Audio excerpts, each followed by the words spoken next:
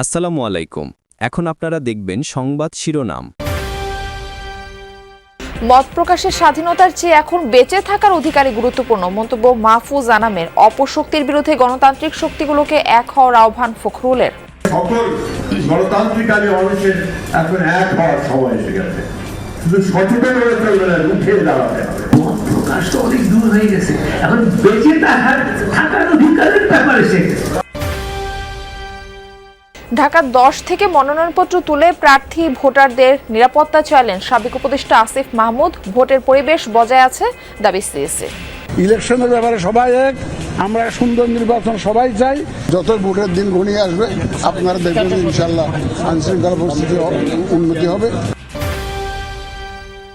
খুলনায় এনসিপি সহযোগী সংগঠন শ্রমিক শক্তির বিভাগীয় আহ্বায়ককে দুর্বৃত্তের গুলি। মাদক ব্যবসা নিয়ে বিরোধের জেরে এই হামলা বলছে পুলিশ। 11টার দিকে এক লোক ফোন দিয়ে বলছে যে এরকম আপনারা 250 মিনিট আসেন, মোতালেবকে গুলি করছে। আমি কি হয়েছে কয় আপনার ছেলেরে গুলি করছে কেন, তাড়াতাড়ি নামেন। ওসমান হাদি হত্যার প্রতিবাদে রাজধানীতে ইনকিলাব মঞ্চের বিক্ষোভ, জড়িত 10 জন গ্রেফতার। মূল হোতাকেও খুঁজছে পুলিশ, জানালেন স্বরাষ্ট্র উপদেষ্টা। আসসালামু আলাইকুম। এখন দেখবেন সংবাদ বিস্তারিত। গণমাধ্যম কার্যালয় ও সাংস্কৃতিক প্রতিষ্ঠানে হামলার প্রতিবাদ কর্মসূচিতে সংহতি জানিয়ে অপশক্তিকে ঐক্যবদ্ধভাবে রুখে দেওয়ার আহ্বান জানিয়েছেন বিভিন্ন রাজনৈতিক দলের নেতারা। মব সন্ত্রাস রোধে সরকারের ভূমিকার তীব্র সমালোচনা করে পরিস্থিতি থেকে উত্তরণে নির্বাচিত সরকারের প্রয়োজনীয়তা তুলে ধরেন নাগরিক সমাজের প্রতিনিধিরা। ডেইলি স্টার সম্পাদক মাহফুজ আনামের দাবি, শুধু ভবন পোড়াতে নয়, হামলাকারীরা সেদিন সাংবাদিকদেরও হত্যা করতে এসেছিল। অনুষ্ঠানে জানুয়ারিতে ঢাকায় সাংবাদিকদের মহাসম্মেলনের ঘোষণা দেন নোয়াব সভাপতি। রাজনৈতিক মতভিন্নতা, আদর্শিক লড়াই কিংবা পছন্দ অপছন্দের তালিকা সরিয়ে একসাথে প্রতিবাদী কর্মসূচিতে হাজির বিভিন্ন রাজনৈতিক দল, মত আর পথের মানুষ। সচরাচর যার দেখা মিলে না খুব একটা।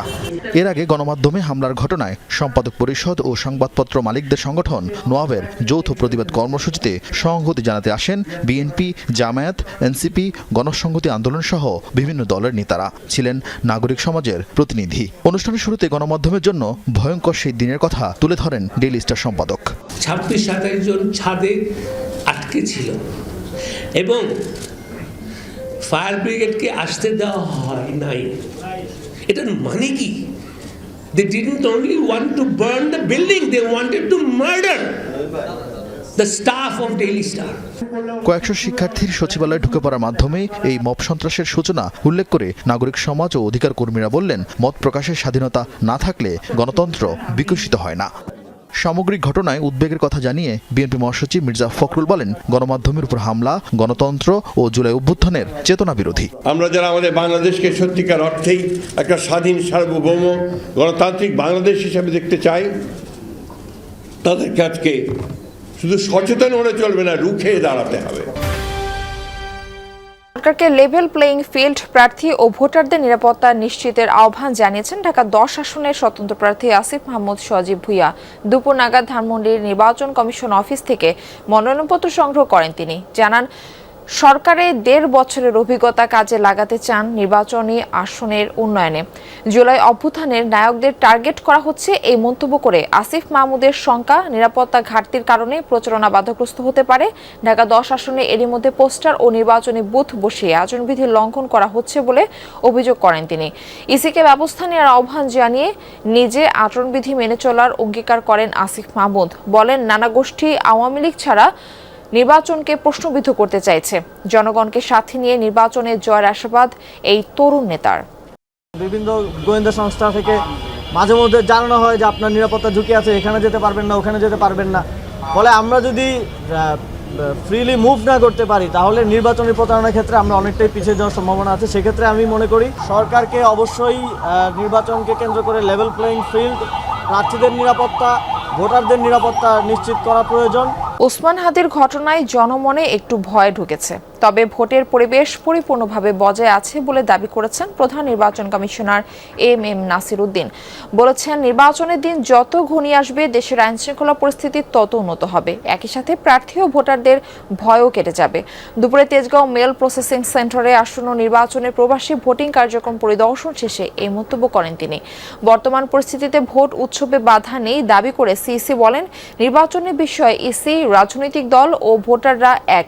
দেশের ইতিহাসে প্রথমবারের মতো পোস্টাল ভোটিং পদ্ধতি বড় পরিসরে হওয়ায় রেজিস্ট্রেশন প্রক্রিয়ায় কিছু সমস্যা হলেও কার্যক্রমে কমিশন সন্তুষ্ট বলে জানান সিইসি। প্রক্রিয়াটি কঠোর নিরাপত্তার মধ্য দিয়ে করার কথা উল্লেখ করে তিনি বলেন, 25 ডিসেম্বর পর্যন্ত নিবন্ধন হার ব্যাপকভাবে বৃদ্ধি পাবে। ইলেকশনের ব্যাপারে সবাই এক, আমরা সুন্দর নির্বাচন সবাই চাই, সবাই মিলে আমরা ইনশাআল্লাহ এটা করব। শরীফ ওসমান হাদি হত্যাকাণ্ডের মূল হোতাকে গ্রেফতারে সরকার তৎপর রয়েছে। এই হত্যাকাণ্ডে জড়িত 10 জনকে গ্রেফতার করা হয়েছে বলে জানিয়েছেন স্বরাষ্ট্র উপদেষ্টা জাহাঙ্গীর আলম চৌধুরী। দুপুরে আইনশৃঙ্খলা সংক্রান্ত উপদেষ্টা পরিষদ কমিটির সভা শেষে প্রেস ব্রিফিংয়ে স্বরাষ্ট্র উপদেষ্টা বলেন, হাদি হত্যাকাণ্ডের তদন্তে যথেষ্ট অগ্রগতি হয়েছে। মূল হোতা ফয়সালকে গ্রেফতারে আইনশৃঙ্খলা বাহিনীর আপ্রাণ চেষ্টা চালিয়ে যাচ্ছে। মোহাম্মদ জাহাঙ্গীর আলম চৌধুরী বলেন, হাদিকে হত্যাকারীরা দেশেও থাকতে পারে, বিদেশেও থাকতে পারে। কোথায় আছে সেটি স্পষ্ট নয়, তবে বৈধ পথে বিদেশে যাওয়ার তথ্য নেই। এই সময় তিনি বলেন, দেশের নিরাপত্তা ইস্যুতে কোনো শঙ্কা নেই, তবে আবেদনের পরিপ্রেক্ষিতে প্রথম আলো ও ডেইলি স্টারের সম্পাদক সহ নিরাপত্তা ঝুঁকিতে থাকা 20 জনকে গানম্যান দেওয়া হয়েছে।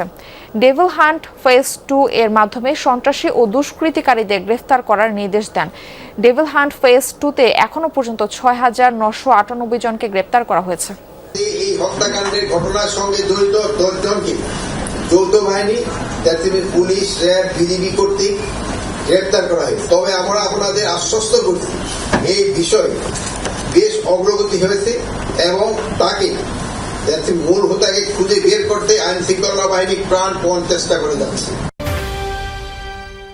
পুলিশ বা জনগণের ক্ষয়ক্ষতি এড়াতেই প্রথম আলো ও ডেইলি স্টার কার্যালয়ে হামলার সময় কঠোর অবস্থানে যায়নি পুলিশ। এক সংবাদ সম্মেলনে এই কথা জানিয়েছেন ডিএমপির অতিরিক্ত পুলিশ কমিশনার। বলেছেন, সিসিটিভি ফুটেজ দেখে 31 জনকে শনাক্ত করা হয়েছে।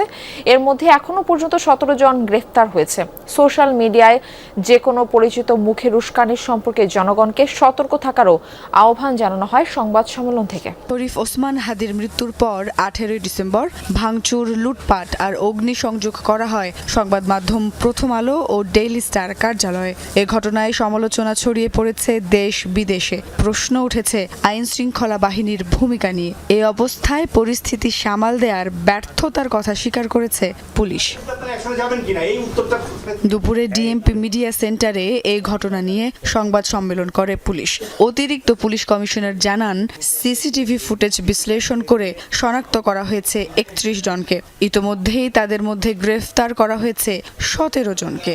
এখন পর্যন্ত থানা পুলিশ কর্তৃক 13 জন এবং সিটিটিসি কর্তৃক 3 জন, ডিবি কর্তৃক 1 জন, মোট 17 জনকে গ্রেফতার করতে আমরা সক্ষম হয়েছি। ওইখান থেকে নিয়ে যাওয়া টাকার মধ্যে নগদ 50,000 টাকা এবং সেই টাকা দিয়ে সে একটা টিভি কিনছে, একটা টাচ ফ্রিজ কিনছে, সেটা আমরা উদ্ধার করতে সক্ষম হয়েছি। পরিস্থিতি নিয়ন্ত্রণে আইন শৃঙ্খলা বাহিনী কেন ব্যর্থ হলো এমন প্রশ্নের জবাবে তিনি বলেন, কঠোর অবস্থানে যাওয়ার পরিস্থিতি সেখানে ছিল না। নির্বাচনের আগে পুলিশ নতুন করে যাতে কোনো বড় ধাক্কা না খায় সে কারণেই মব কঠোরভাবে নিয়ন্ত্রণ সম্ভব হয়নি বলেও মন্তব্য করেন এই পুলিশ কর্মকর্তা।